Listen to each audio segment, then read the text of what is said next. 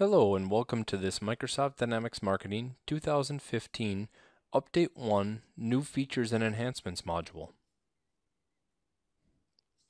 Within this module, we will be taking a closer look at the changes and additions that were introduced with this update, including the new customer-driven upgrade functionality, the ability to enable double opt-in for email marketing, email strategies for deduplication, digital asset enhancements, OData enrichment, connector enhancements, and other notable changes that were made as part of this update. Going forward, I will be referring to the Microsoft Dynamics Marketing 2015 Update 1 patch as the version 18 update. Let's talk about the customer-driven upgrade functionality. In preparation for the version 18 update, a new Update Options page was added within the Settings area of Microsoft Dynamics Marketing. This Update Options page shows which updates are currently available for the customer's organization, lets them choose the day and time that the upgrade will occur, and allows them to choose which email addresses they would like to be notified through about any update-related communications. Once an update does become available, customers can go in and choose both a preferred date and time as well as an alternate date and time that they would like the update to occur. In addition to choosing the time frame that the customer would like the update to occur, they can also specify email addresses that should be notified for any update-related communications. Moving on, we'll talk about the double opt-in functionality that customers now have available to them for email marketing in the version 18 update. The double opt-in functionality is enabled at the company level, which means that customers can choose the default company as well as any client companies to have this functionality available to them. To support the new double opt-in functionality, a new double opt-in link record has been added to Microsoft Dynamics Marketing. This record can be added under Settings and then in the Email Marketing Plugins section. This record will specify which company should be associated with the record, the confirmation text that will actually appear in the email marketing message that is sent out to the double opt-in recipient, and the confirmation URL that they'll be sent to, or the redirect URL that they'll be sent to when they click the link. To continue the setup of the double opt-in functionality, two emails must also be generated, a confirmation and a welcome email. The confirmation email has a new designation called double opt-in that can be chosen, as well as the double opt-in link that we created earlier. The welcome email can be set up as just a commercial email, but there is a new send recurring option that can be set for that email so that it can be sent multiple times as the double opt-in process continues. Here you can see examples of a confirmation and welcome email as they were sent out from Microsoft Dynamics Marketing through a successful double opt-in process. Alright, so let's go ahead and dive into the double opt-in functionality that was added in version 18. And the first thing I want to do in order to enable that functionality is to select it for the company that I am going to be sending promotional emails from. So I'm going to choose my default company for demo purposes, and I'll go under Settings, and then under Company Settings for that. And in here you can see my default company, and I'm just going to click on this new Enable Double Opt-in checkbox here. And with that selected, I'll click Submit. And I'll get prompted here with a warning saying, are you sure you want to enable this functionality? Essentially, once this is enabled, any marketing contacts that I want to send promotional emails to must have went through the double opt-in process. So prior to this, essentially it was a single opt-in process, but now it's telling me that anybody who doesn't go through that confirmation process is not going to get our emails. That's okay. I'll go ahead and hit OK here. And after that, next I have to add a email marketing plugin. So I'll go over to Settings again and under Email Marketing Plugins. And I'll hit the plus sign to add a new plugin. And the type that I want is going to be down at the bottom here, double opt-in link. And I'll hit OK. Essentially, this is just the link that's going to show up in our confirmation email to any marketing contacts that register on our landing page. So I'll give this a name. And then I just want to make sure that the company that this record is associated with is the same company that I've enabled double opt-in functionality for. And it defaults to my default company here, so that's exactly what I want. And my confirmation link text is going to be the text that shows up in the confirmation email that the marketing contact will click to confirm their willingness to receive my promotional emails. So I'll say something to the effect of, click here to confirm your registration. And then this redirect URL field at the bottom is just essentially the website or the web page that I'm going to send the registrant to after they confirm their registration. It could be a thank you page. It could be some sort of a follow-up that the company needs to do after the confirmation is done. Really comes down to whatever business process is required there. But I'm just going to go ahead and put in DOI confirmation.html. Okay. So I'll click submit on here, and now I have a double opt-in link created. Alright, so now that I've created my double opt-in link, I need to go ahead and create the confirmation and welcome emails that will be part of my double opt-in process. And to just give you a better understanding of what the double opt-in process is going to do for us, it's going to improve the quality of any of our associated campaigns, because we will be able to have confirmed email addresses as part of all of our marketing contacts we'll be promoting to. It also shields us, the marketing organization, from sending to non-existent emails, which obviously improves the sending reputation of any IPs that we're sending through. It also meets the requirements for promotional emails that some regions in the world do mandate. So there's a number of different connotations that this double opt-in process will have for us. So I'm going to go ahead and create the emails that I'll be using here. So I'll go under Marketing Execution, and then I'll scroll over to Email Marketing Messages. And I will go ahead and click on the plus sign here. Submit for a blank email. And I'll give this email a name of double opt-in confirmation for demo. Something to that effect anyway. And you'll see here under designation, I now have the option to choose double opt-in, which is a new designation as of version 18. And my company here matches my default company that I've enabled double opt-in for, and which I created the double opt-in link underneath. So if I go down here to this new double opt-in link dropdown, I can now see the double opt-in link that I created. So I'll go ahead and choose that. I'll hit save. And then I'll go ahead and click on edit to edit the email itself.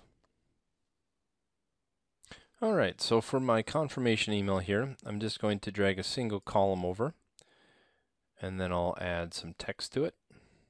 And I'm going to be very simplistic here for the sake of demo purposes, but I'll say, hi, first name,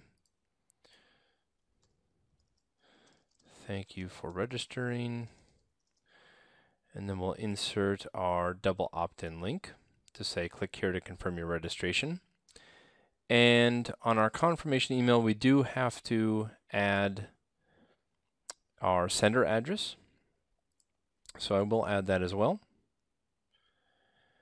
And then what I'll do is I'll go to my settings area, and I'm going to make give this email a subject of DOI confirmation email, something to that effect anyway. Obviously, probably want to customize that in a real world scenario. I can also change my from address here if I'd like, but I'm going to go ahead and leave it as my Jonathan Hudgens user here. And I'll jump back over to my main summary page and click submit to save this. Okay, so now that I have a confirmation email, I'm going to hit plus, and I'm going to add a welcome email as well. So I'll call this double opt-in welcome email for demo. This one is going to be just set as commercial. I do have to choose a subscription center for this welcome email. And the main thing to keep in mind when you set up a welcome email is that it must be set as send recurring, because this email is going to go out to every single marketing contact that goes to the double opt-in process. So that send recurring option is new in version 18 to support this. And I'll go ahead and click save. And I'll go over to the edit section again. Okay, so in my welcome email, I'm just going to do the same thing by dragging a single column over and another text block. And for my welcome email, I'll say, hi, first name. Thank you for confirming your registration. And I will insert my sender address. And this time, because it's the recurring welcome email, I do have to add my subscription center as well. Okay, and then I will give this a subject of DUI welcome email, just so we know what it is. And I'll leave my contact the same, and I'll jump back to my summary page and submit this. So now that I have my 2 emails created there, I'm going to jump into marketing execution again. And now I'm going to create a landing page. So I'll click on landing page, hit the plus sign to add a new landing page.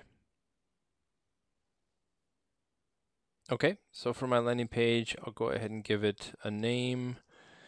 We'll call it double opt-in registration page. And I do have to associate this with the campaign, so I've created a double opt-in campaign here as well.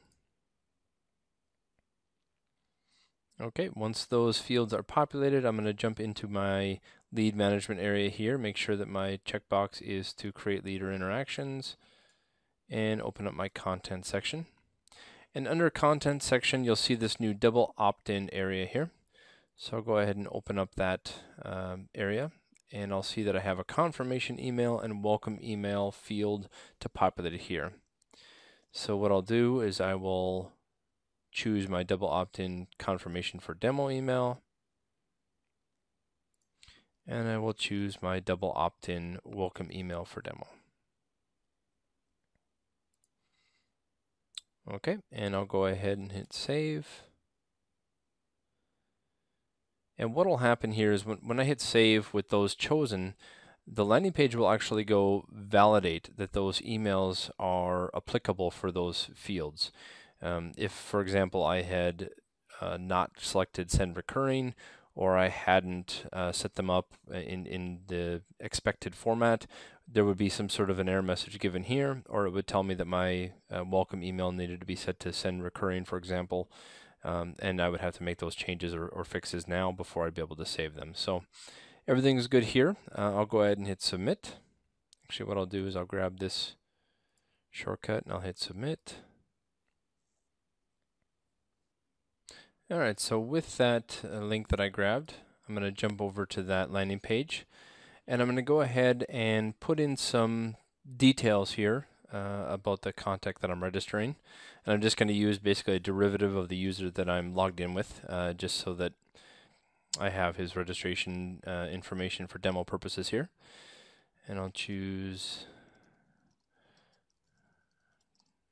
an email address. I'll call him John Hudgens, and I'll just give some interesting demo information here. I'll go ahead and hit submit. Okay, so having registered that user on our landing page, and granted that landing page could have been fully customized in any way we would like, but for demo purposes, I've registered that contact, and now I will receive an email for that contact saying, you'll get that original confirmation email saying, please confirm your registration. So if I log that user into their email inbox, which I've done here, you'll see that they have received a confirmation email from me. And I'm going to go ahead and click here to confirm the registration. After having clicked on the confirmation in the email that I received, if I jump back to my inbox here, you can see that I now received a welcome email. And basically this is just the email that we expected here, thanking us for our registration. And now this contact is officially went through the double opt-in process within our instance and can now receive promotional emails from us. Let's now talk about the new email strategies for deduplication that are available in the version 18 update. Following the version 18 update, customers can now choose between two different email strategies in the details area of the company record. This applies to either the default company or any client companies that they're doing promotional email marketing campaigns for. The two different strategies are to either send one email per contact or to send one email per email ID. This applies to the marketing list associated with any campaign, such that if you choose the send one email per contact campaign, all contacts within the marketing list will receive an email, even if any of the email addresses are duplicated within the list. If the send one email per email ID strategy is chosen, then only one email will be sent out per email address, regardless of how many times it applies to within that marketing list. If a customer chooses the send one email per email ID strategy, any contacts on a marketing list that have a duplicate email address will be sent to the blocked due to deduplication engine line item within the performance area of the email that is being sent out. Let's take a quick look at the email strategies in the version 18 update. So what I want to do here is first I'm going to go ahead and jump over to my settings area and then go into my company settings again. And in here you'll see that I have my default company. And if I go to the details section within the drop down here, which it defaults to, you'll see down here I have this email strategy. And the email strategy is going to be send one email per contact. That is the default behavior prior to the version 18 update. So basically that means that Microsoft Dynamics Marketing will send an email to every single contact in a marketing list, regardless of whether or not those contacts have the same email address or if any of them do.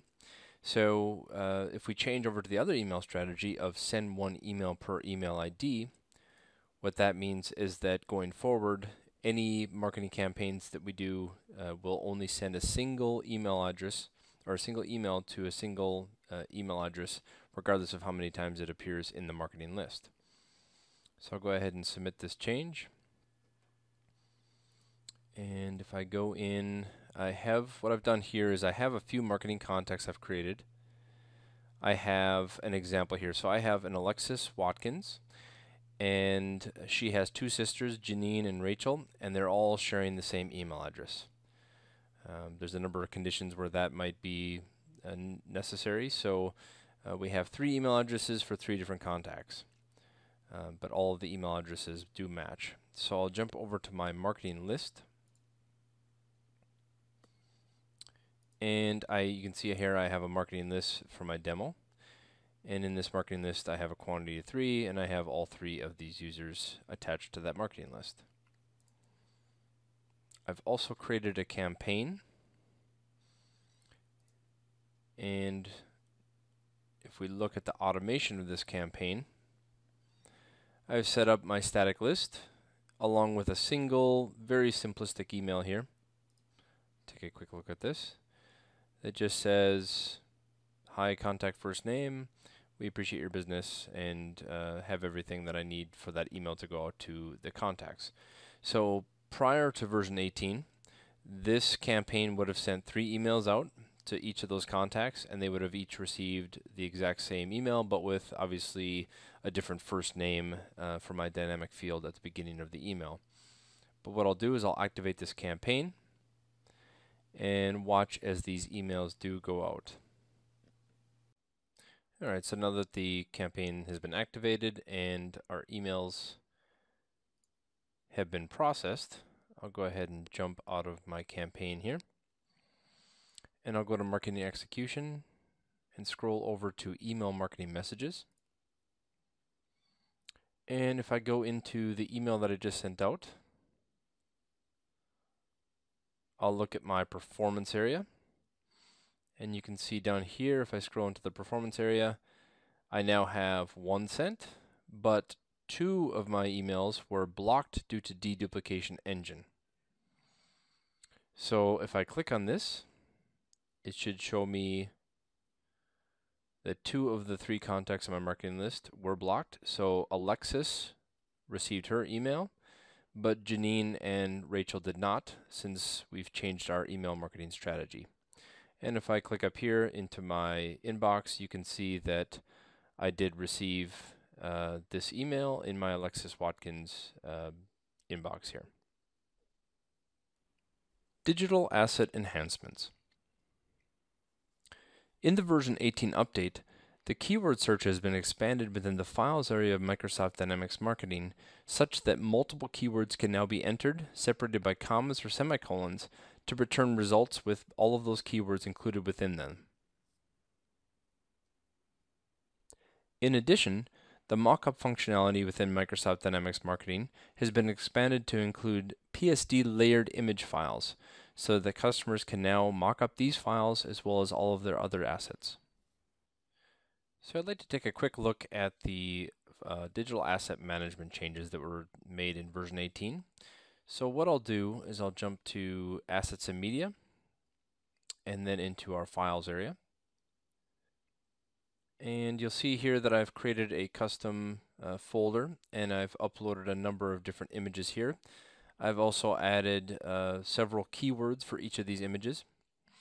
So to demonstrate, I did have a PSD file that I have uploaded here, but I'm also going to upload another one.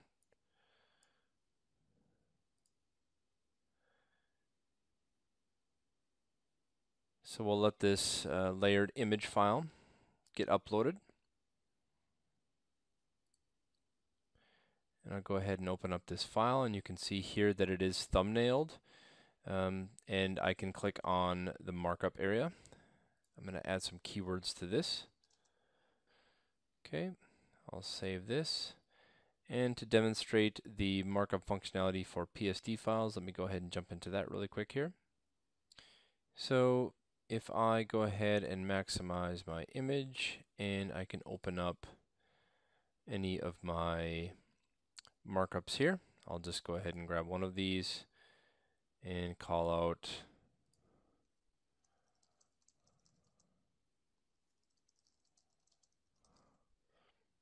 whatever it might be, and I'll go ahead and save that. And that is the ability to mark up PSD files in version 18. And now that I've marked up the file, I'll go ahead and submit. I'll jump back to my files view.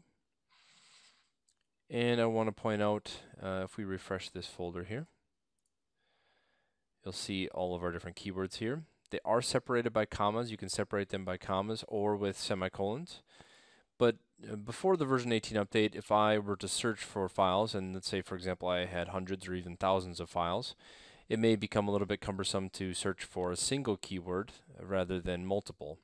So what I can do here, instead of just searching for, say, for example, PSD, to bring up all my PSD files, I can simply add as many search parameters as I want for keywords into the field. So if, for example, I had a number of different files here and I wanted to find just that Windows Phone image that I had just uploaded, I could type in, say, for example, Jonathan layered, hit go, and you'll see now that I return results for 2 files with those 2 keywords. And those are the digital asset enhancements that are available in the version 18 update. Let's move on to OData enrichment. Following the version 18 update, a total of 255 entities and 1,966 members are now available for analytic reporting purposes through OData feeds. In addition to the OData feed expansion in the version 18 update, there will also be role-based analytic workbooks available with the update. At the time of this recording, these were not yet available, but they will be available for download at the time of the release. Let's take a closer look at the connector enhancements in the version 18 update. After the version 18 update, customers can choose between managed queues and custom queues for the connector between Microsoft Dynamics Marketing and Microsoft Dynamics CRM. If they choose managed queues, Microsoft will handle the management of the service bus namespace and queues that house the synchronization messages between the two applications. This eliminates the need for the customer to have a Microsoft Azure subscription for the connector when using Microsoft Dynamics CRM Online, though they will still have to have a subscription if they're using the SDK or if they're using Microsoft Dynamics CRM on premises. Please note also that when a customer switches between managed queues and custom queues or vice versa, Microsoft Dynamics Marketing will transfer the messages from the old queues to the new queues to avoid any loss of create, update, or delete messages that might still exist in those queues. Another enhancement made in the version 18 update is the ability for customers to synchronize both the campaign and assign for associations for a task record between Microsoft Dynamics Marketing and Microsoft Dynamics CRM.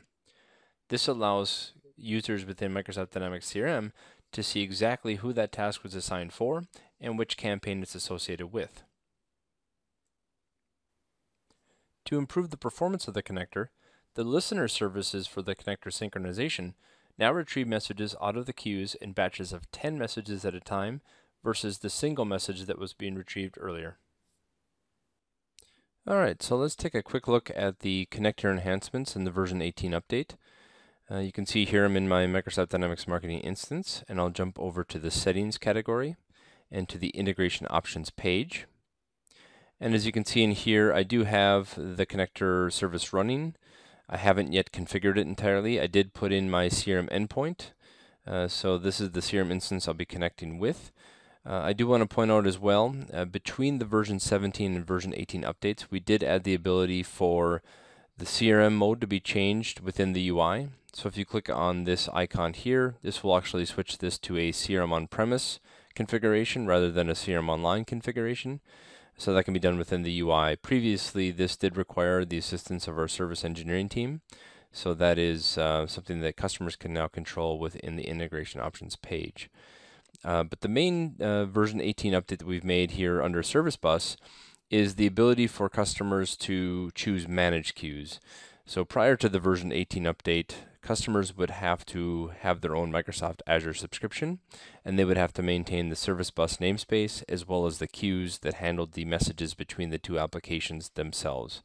But following version 18 update, customers can now choose managed queues, and Microsoft manages the Microsoft Azure subscription behind the scenes. So if I choose managed queues here and hit next, and then what I'll do here is put in my issuer name, upload my connector certificate, and put in my CRM account.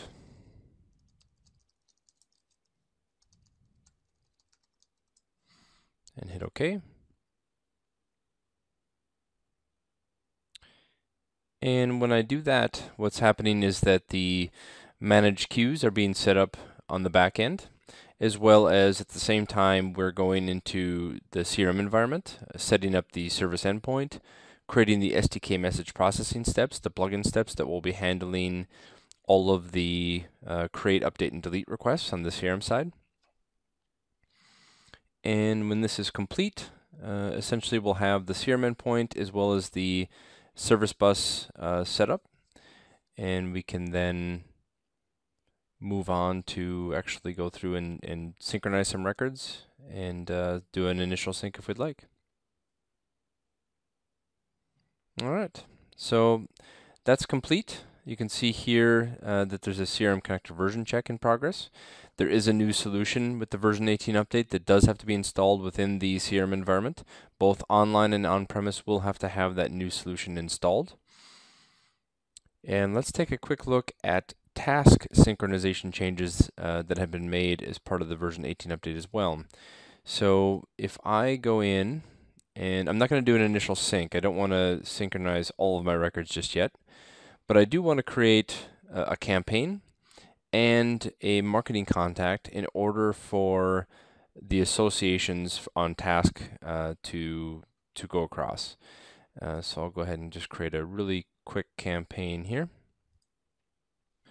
All right, we'll create that campaign, and I will create a quick marketing contact, And let's say that my original Watkins sisters have a brother named Thomas Watkins. We'll create that record. Okay, so these records should be synchronizing over to CRM. So I'll go ahead and jump into my contacts on the CRM side just to make sure that is happening. And you can see here that Thomas Watkins was created. So now what I'll do is I'll jump to my tasks area under projects. And let's go ahead and create a task here. And what I'll do is I'll just call this a task record for demo. I'll give this a due date of today at 5 p.m. and a start date of today at 8 a.m. And I will set this to be for my Thomas Watkins marketing contact. And I will also set a campaign in the details section to my campaign for task demo. I'll go ahead and submit that. Okay, so now I have a task record created in Microsoft Dynamics Marketing. I will jump over to CRM. And if I refresh the activities page, either refresh the view or click on activities again, I should have my task record for demo. There it is. I click on task record for demo, and you can see here that these are the two new associations in the version 18 update. We now have the campaign association as well as the assign for to the marketing contact. One thing I want to note here though is that these fields are custom fields. They do need to be added to the task form. So before you'll see these associations within CRM, even though the associations are there, you'll have to add the fields to the task form. All right, so let's go ahead and jump back to my settings integration options page. And I do want to point out that even though we've added the ability for managed queues to be used within the connector options, that doesn't mean that even an online CRM Online customer can't choose custom queues. If I wanted to, I can still administer the service bus namespace and queues myself. And if I were in a CRM on-premise configuration, I would have to be using custom queues. Managed queues are not available for CRM on-premise configurations. And finally, I want to mention that we did have a performance enhancement that we added within the version 18 update as well, in that the MDM listener will now pull 10 messages out of the queue at a time in batches of 10 versus a single message at a time as it was prior to the version 18 update. This is a configurable setting. So in the event that we have an enterprise customer that needs to potentially have batches of, say, 20 messages at a time, we could potentially change it. That is a service engineering side change that would have to be made in the back end, but it would something that is available to us if the need arises. And that concludes the changes in the version 18 update for the connector. Let's go over some of the other notable changes that are included within the version 18 update. With the version 18 update, the legacy email editor has been removed from Microsoft Dynamics Marketing.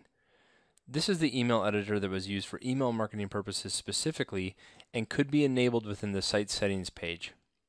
Please note that email that is being sent within the application outside of email marketing will still continue to use the Telerik controls and will not be removed. Dynamic marketing list queries have also been modified such that they can now query leads and lead interactions when populating the marketing list. Subscription centers have also seen a change that allows customers to choose whether they want the contact information to be both viewable and editable from the subscription center page. To go along with the email strategies for deduplication that were added in the version 18 update, a new duplicate detection setting has been added to the site settings page of Microsoft Dynamics Marketing. This allows customers to choose whether they want to allow contacts to share an email address or if they want to enforce that all email addresses across all contacts must be unique. When entering address information into Microsoft Dynamics Marketing, if the country selected is Japan, the fields will now be reordered to allow for a more relevant experience when entering the information. Prior to the version 18 update, only media buyer users had the ability to have view and edit rights to marketing lists. Following the update, regular users can now be associated with this privilege.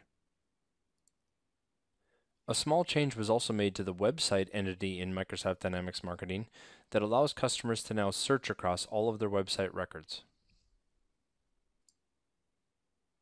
By default, Microsoft Dynamics Marketing does contain a privacy statement.